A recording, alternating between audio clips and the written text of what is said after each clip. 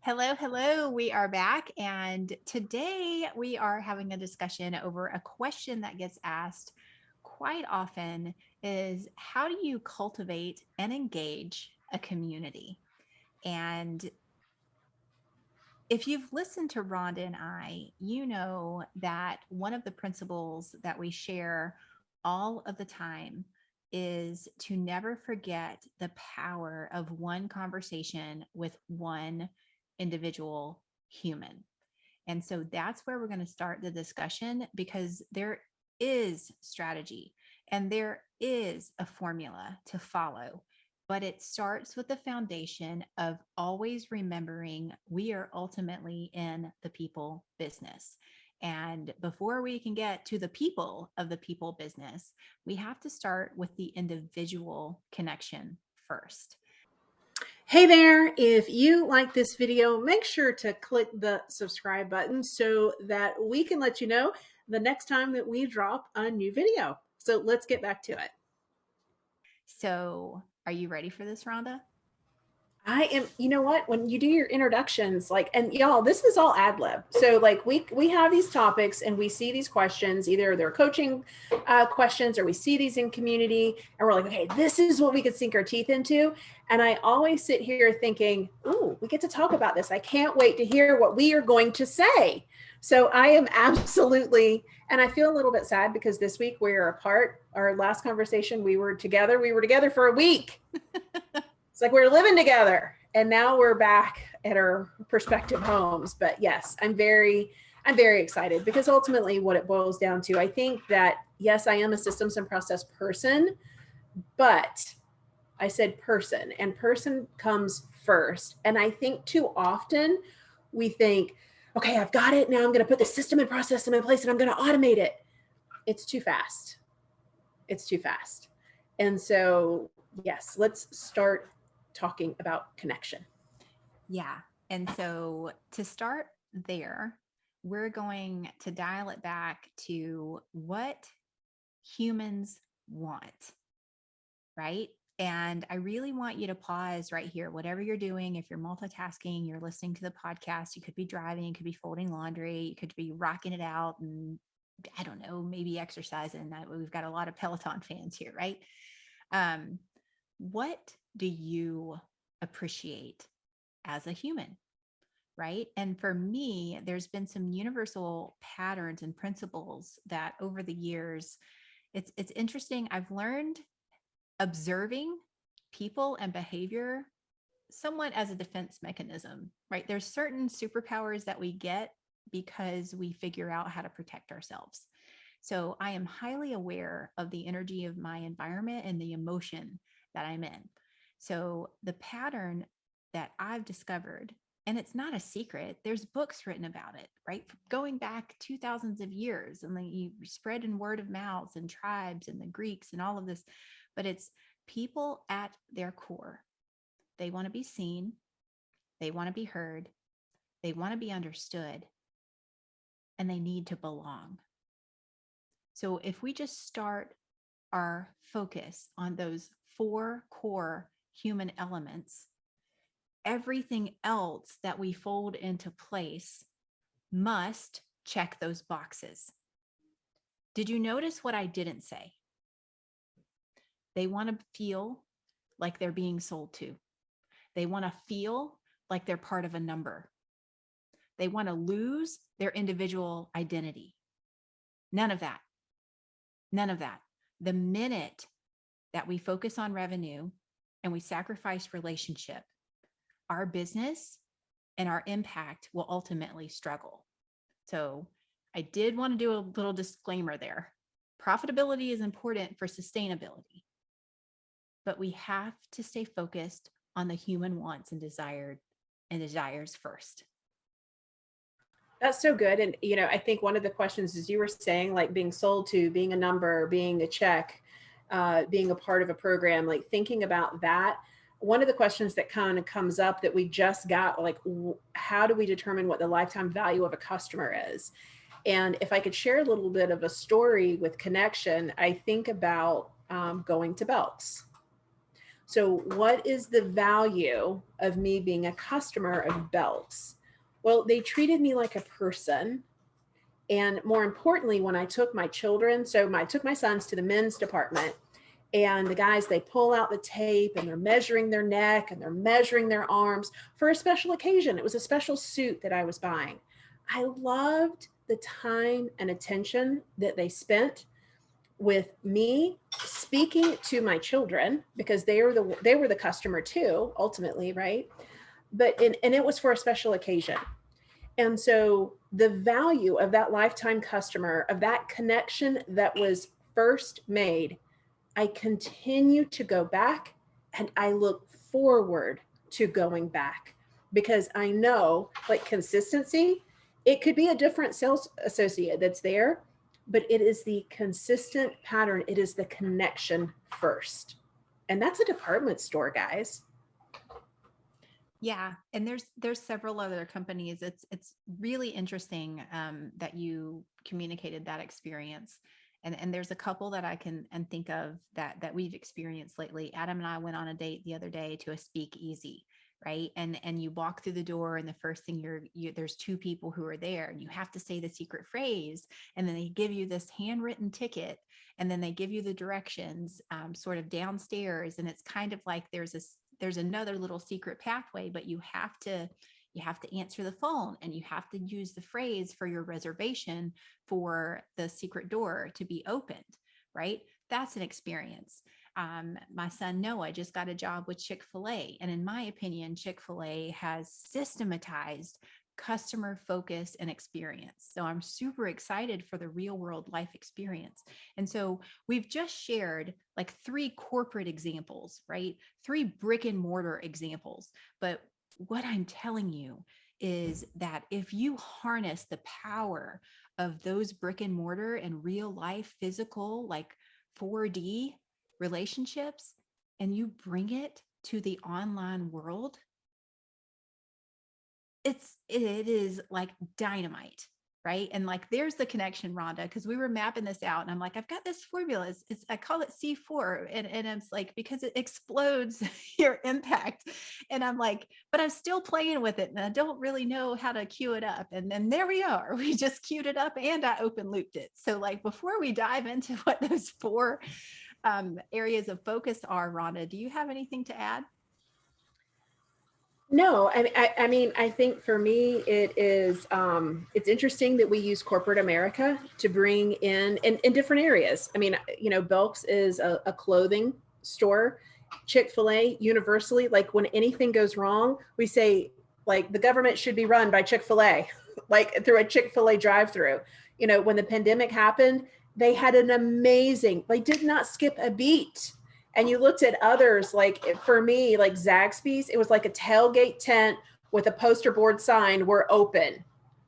Where are they spending the investment? They're spending the investment in the customer. Chick-fil-A is a quick drive-through fast food service, but you don't feel that way. Applying those principles to your online business, what would that look like? I have to tell you, if you think about it, it's really, and it's so unfortunate, it's not hard to exceed people's expectations. It's really not. And it's always, I know for Cassie and I, it's so important that we do that, but it's still unfortunate that in today's society, kind of that's where we are. Yeah, 100%. So I think I've mentioned this stat before, but if not, and just in case for a refresher, only 25% of businesses will intentionally incorporate a relationship marketing strategy to grow their business. And like what Rhonda just said, like it doesn't take much. Like the bar is so low now for people just feeling like they're part of a herd or a cattle call, or like my individual needs don't matter. I am just a dollar sign on your revenue projection screen, right? So the steps that I want to share with you guys now is it sort of will keep you honest, right? So anything that you're doing in business to build community, whether you're just creating content and it's free and that's where you interact on social media, or you have groups, there's various social media platforms. The beautiful thing is like Facebook opened the door for groups interaction, but before Facebook, there were forums, and there's plenty of opportunity for very different types of gatherings. Okay, so I don't want it to just be only one vertical. These are universal principles that will keep you honest when you are intending to grow and engage a community. Okay, so the first one is connection. Okay, how can we connect on a human level? And the first thing is acknowledging that they're human, right? And it comes across in the way that you publish, in the way that you send an email, in the way that you write a sales page, in the way that you write a thank you note and actually send it in real mail. Before this recording, we were on a call going through an email sequence, and draft one of the email sequence was technically a pretty good email sequence, right? But there wasn't a lot of humanist factor to it. There wasn't a lot of connection points to sink their teeth into, right? Because when you think about sending an email, we know we may have a list of hundreds or thousands of subscribers. So it'd be really easy just to be like, okay, right. Some people, like maybe 15 to 20% will open this, right? And we become detached and we stop thinking about the one person that could read that and feel something, right? So for me, connection is really, really important. And if you commit to connection, your messaging and everything else stays true and stays honest. So many things have popped up for me when you say that connection. So for a while, you know that I sold templates for a while, and it was a low cost offer. And for a long time, I had wanted to add this, and it just took me I don't even know why it took me so long. Like, I know people have things on their to-do list. This was on my to-do list, but it was adding Bonjoro. And Bonjoro is a software tool that allows you to use video. We know the importance of video. If you're on our YouTube channel, hey, you can see us having this conversation. Like, video is the next best thing to being one-on-one in front of someone, right? And so I made a commitment in using Bonjoro that anyone who purchased from me, it did not matter if it was a low ticket item or one of my, more expensive items, you were going to get a Bonjoro from me. And what that meant was I got to. And some days I could do like 20 or 30 of them. And people are like, why would you want to spend the time if someone is only, such a limiting mindset, going to spend $27 with you? It's the first principle that Cassie's talking about. It's connection. And the responses that I got, hey, Cassie, thank you so much. I like literally said their name. I'm telling you, the bar is low. And if you say somebody's name, which is the most important thing that they'll hear all day, that means that you took time. So I guess that means that what I've been saying all along, time is your most valuable asset. I invested in them. And that was our first like virtual handshake that we had. And, there are a lot of programs out there. And I don't want people to feel like a number in my bank account or a check mark for the day. I want them to know that I appreciate that, because we all work hard for what it is we had, and they choose to invest in me and they choose to invest in Cassie and I. And it's really, really important. And I want to acknowledge that. Yeah, that was such an incredible story to pair with connection. All right. So the second one is champion. Mhm. And this is really important to me. Rhonda doesn't like the word trigger, but I will openly admit I get really triggered when someone is treated like a mark or a target. So I have a principle where I am committed to champion anyone that comes into my world, whether that's where my feet are planted in real life, whether it's on a workshop, whether it's through interaction in a group or a networking event. People have enough going on in their lives that can easily overwhelm and just crush their soul. So just like with connection and the bar being set very low, it's also not a lot of effort to champion and encourage and rally for someone. Just give them a compliment, right? And for me, this principle comes into play regardless of they're ever going to give me $1, if they're ever going to purchase a product of mine. Like, it's not a what they can do for me. Like, I will champion them as long as what they can do for me. It is holding the door open for someone at the post office.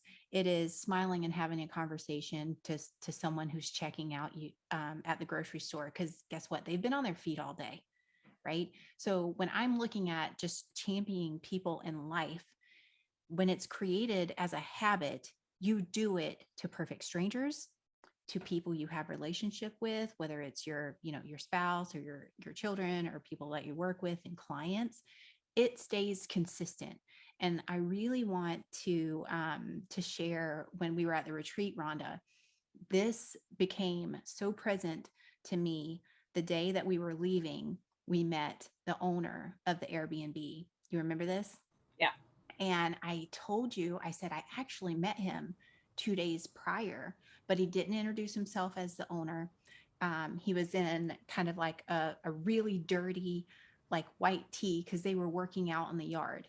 So I was running an errand to the store, and he kind of flagged me down. Like our cars were at a kind of intersection.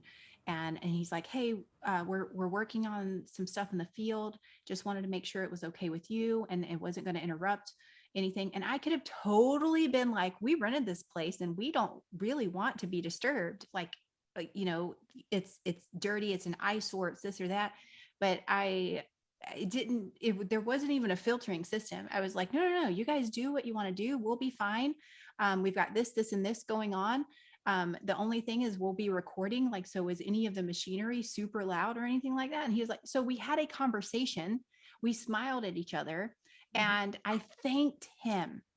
I was like, thank you guys for everything that you're doing and the way that it's not my property, and that was my opportunity for a first impression that I didn't even know, that when we circle back around to when we were leaving, right? By that point in time, Rhonda and I knew we were going to have future relationship and future dealings with this property because we loved it so much, right? So like, what could have happened if I didn't have, right, just the embodied champion mentality? Well, I mean, I'm kind of over here busting at the seams, like just to talk, because I don't think that there's anyone who is a champion of champions like Kaci Brown. And you know this because if you're on any of the social platforms where someone is celebrating, someone is not having such a good day, someone is launching something, someone is sharing, 9 times out of 10, this girl is going to be in that circle and she will be posting in that thread. So she is a woman of her word. And the relationship that she was talking about, the guy's name was Bart. Absolutely loved it. We had no idea. The last day we're like throwing trash away. He comes up, hey, did you guys have a great time? Oh my gosh, it was absolutely amazing. Because of the actions and the way that she acted in that first interaction, it was very simple because we had an amazing experience and now are working for things that we are going to do in the future. And it's one of those, I will say, so like there are scheduling tools where you can see availability, but we now know that there are opportunities and we'll use that connection because we were given permission to do so. And we'll open up more impact. Oh my gosh, there you go. We're going to amplify impact, Kaci Brown, later on this year. Yeah. So, it's hard to go through these because like, I want to say like every single one of these are my favorite.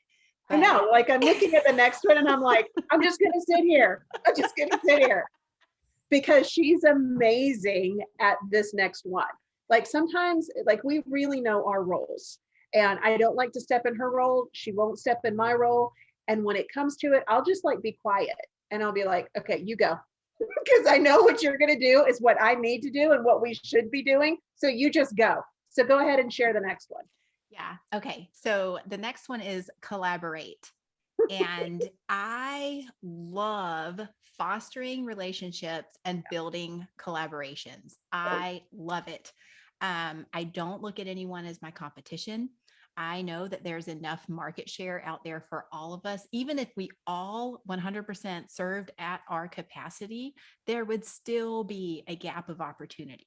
Yeah. So I don't ever look at something as competition. I look to see where I can lock arms and further the mission. And so when I say collaborate, I mean collaborate together towards their success and yours. These are win-win-win relationships. These are not, I am going to bend over backwards and jump through hoops of fire so I can get approval and validation from you. These are not lopsided collaborations. These are, because remember, we're championing. We can't champion someone that we're not on an even playing field with, right?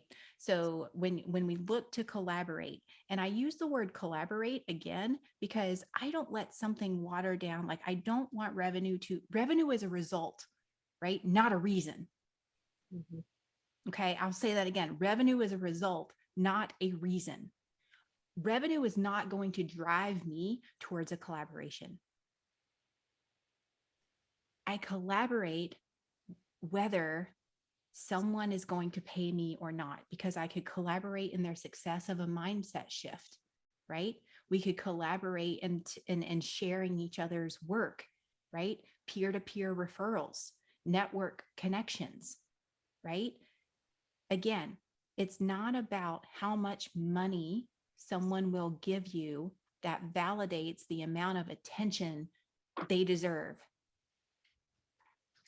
Well, and I think it's funny that you talk about you don't go towards it for the revenue, but I have to be honest because I mean, you say we're going to do something, we just do it. And I'm like, okay, let's go. And what has happened as a result, if it is a true collaboration, everything is amplified, whether that is the connection, whether that is the program, whether that is the results for the people who are involved. And ultimately, the byproduct is revenue. I think that people have said, like, if you're in business for the money, then you might as well just like go do a 9-to-5 job, truly, because like we're at such a loss for so long. And anyone who tells you different is lying, that ultimately, like, it kicks in where the revenue is a byproduct of what it is that you do. I know for every business that I have done, that is the case. And interestingly enough, you're in the right collaboration because you've had the right conversation that made the connection that enabled you to champion so you could collaborate. Oh, it's inception, right? It's like so meta. But I mean, that's where it all starts. And the collaborations that we've had, that we've thought about, that we've attempted, and maybe at that time, it wasn't the right time, but we're like, okay, it didn't shy us away from, let's try it this way. Let's try it this way. Because one of the ways, done with the right heart, it's going to work. Yeah, absolutely. And so I want to dive a little bit deeper before we move on to the final one. So to collaborate, what I mean by is I would love for you to shift the way that you view relationships, especially in the online marketing space. A lot of people get in trouble by immediately putting people into categories: will buy from me, will not buy from me, customer or no customer. And the no customer immediately gets like treated like they're worth nothing, right? And so I look towards collaboration. And what that means is maybe I can hire them for a service. Maybe I'll be more profitable if I outsource and get to keep my time and attention somewhere else, right? That's a collaboration, joint venture, right? Rhonda and I, we did video marketing made easy with Colton. That was a collaboration, extremely profitable. Was it right out of the gate? Right? No, we built it because of the collaboration and the ripple effect of the relationship first. Ooh, Revenue. that's a whole case study. Oh my revenue goodness, was that's a whole case study. revenue was a byproduct of the experience and the results that the product created, right? But the collaboration, is priceless, Oh yeah. right? And so there's another example. We have people who are incredible relationship builders, connectors, and networkers, right? Like I love to connect people, right? Mhm. When I meet you, I'm looking for your superpower and what I can do to champion you, So I'm pretty laughing much. because she's like, I think we were launching Video Marketing Made Easy. You were on your way to Vegas and you're like, oh my gosh, I was sitting beside this 20-year-old and I was totally coaching the whole time because he's a business entrepreneur. And I really think that we can make the connection here. Can you send me this?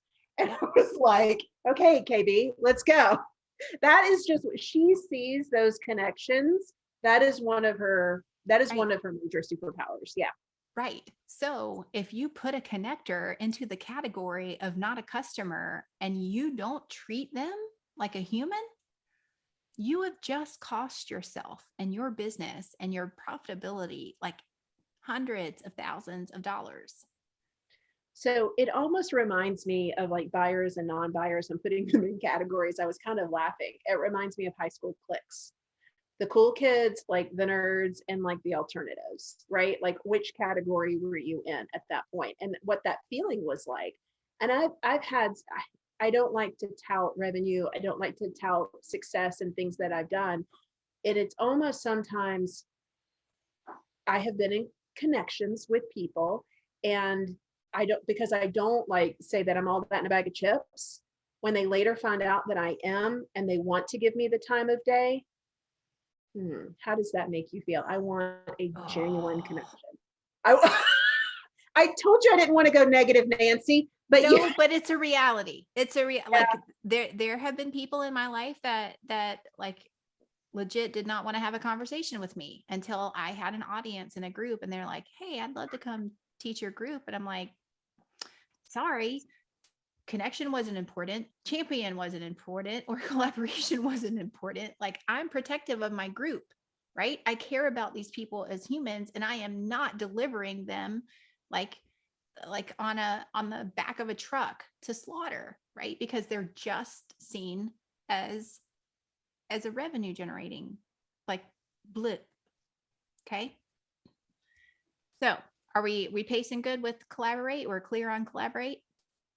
I think we are. And I think we're just saying to be cognizant of what you see, right? It really is important. Like those who are collaborators, it really, and with a genuine collaboration, it's really, really, really important, I think. Yes, 100%. And I will play a little bit of devil's advocate here, and just share. Like I've collaborated with the wrong people, right? Like, but and people always ask me, aren't you afraid if you give this away or give that away?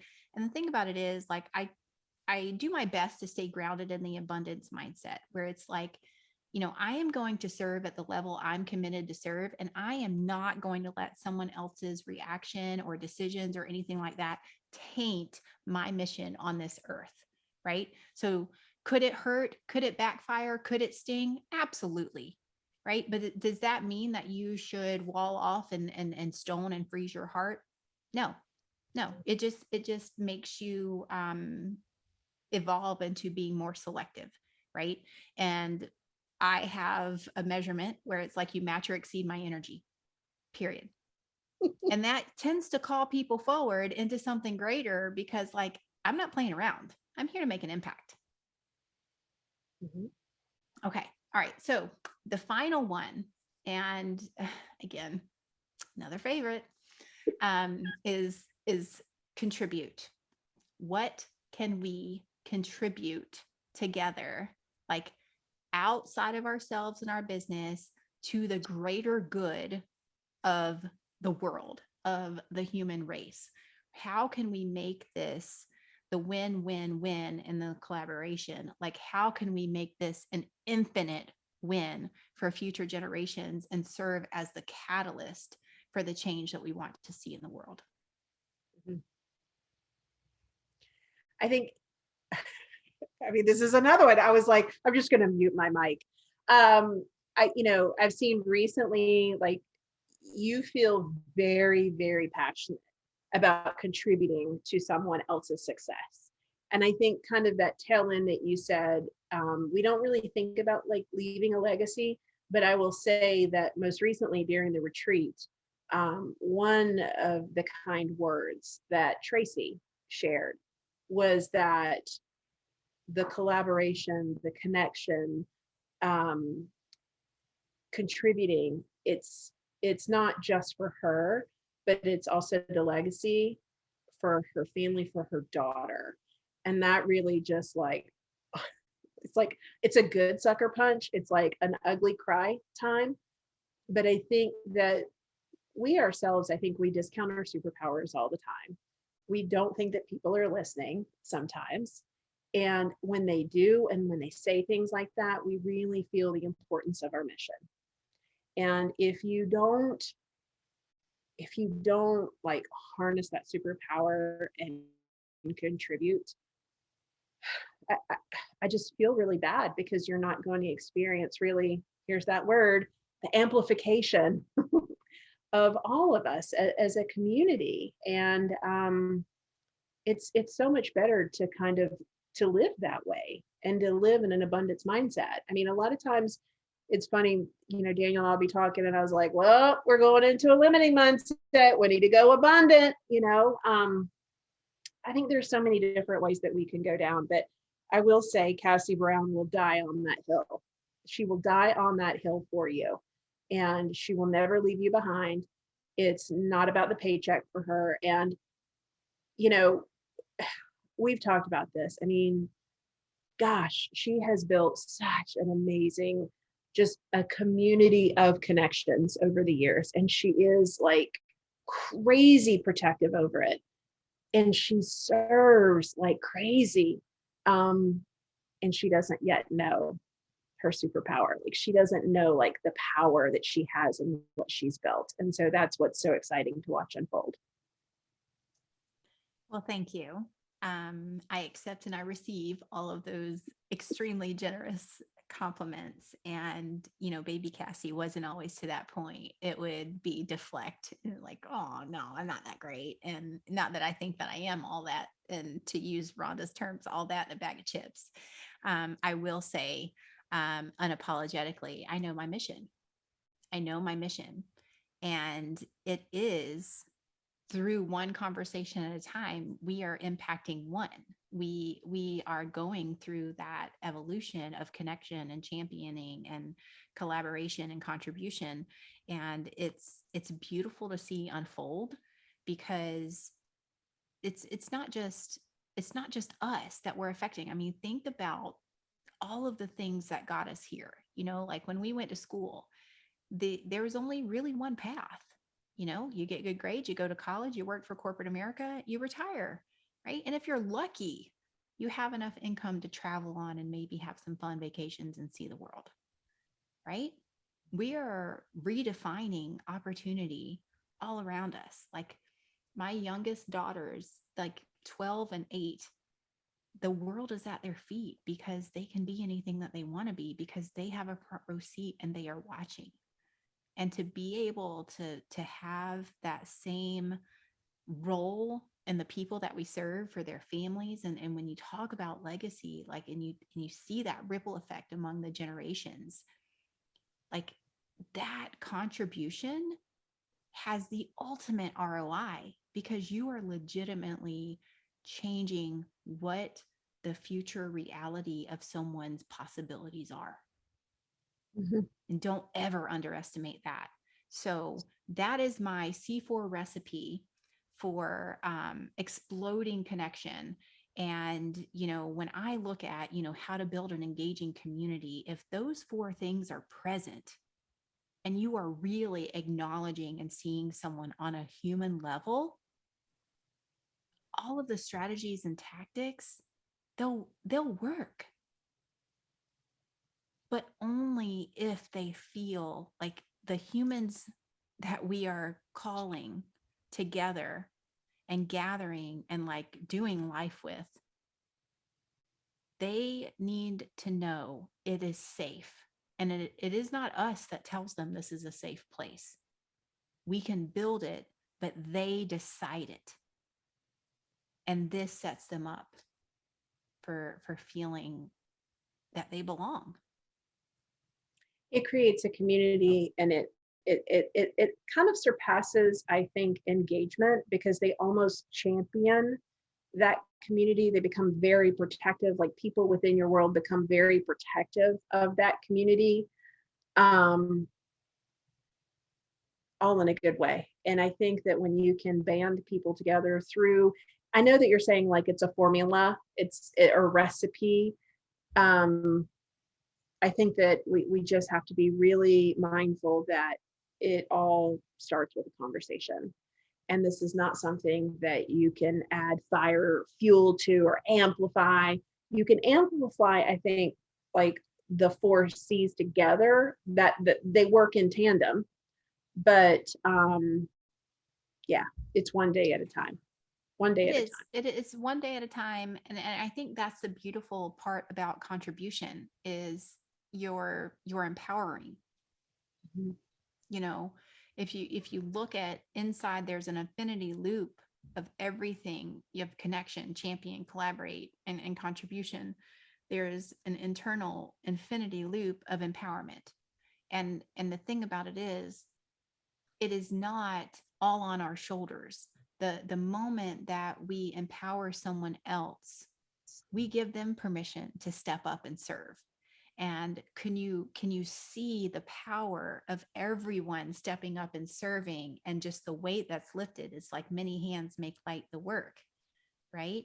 And so that, I think, is the biggest shift in building and growing and engaging a community, is entrusting that community with the responsibility of moving it forward. We have kitty interruption here. We have kitties, we have puppies, we have kids that are going to work, kids who are FaceTiming, kids who are doing dishes, and puppies who need to go out to the bathroom. So well, you might as well say hello to everybody now. All right, Cassie, I think that you summarized it well. Guys, if there's anything that Cassie and I can do, we would love to make that connection. We love having conversations. I don't know if you're listening to the podcast, like reach out. We're getting ready to launch our new website. I can't even wait. That's going to be like an episode. It's like, I'm so excited. Like, we've given all of the ingredients to Melina, and like the things that I have seen her do, like I knew she was great, but now the things that I continue to see that she does are like over the top fantastic. So it's like another one of those, I'm just going to show up and go, oh my gosh, right? So reach out. We're at freedomtoimpact.com. Certainly the podcast Customers for Life is there. Go ahead and subscribe. We publish each and every week. And certainly you can check us out on the YouTubes, because we are YouTubers now. Hashtag official YouTubers. I'm just going to say, I'm going to make myself, we're official. That's right. That's right. I mean, we have a channel link and we have a header. We have a header and we have views, and we're publishing consistently, and we got your boy Colton Havens like helping us out. So yeah, we're official. Yeah. So thank you for joining us. Thank you for listening. We definitely welcome and will enjoy conversation. That's our love language. And we will see you all next time. Bye. Thanks for watching the video. Make sure you click the first link in the description, Freedom to Impact, for any of the resources that we've talked about in today's video. You'll also be able to find our Customers for Life podcast. Thanks so much for watching. Take care, and we'll talk soon.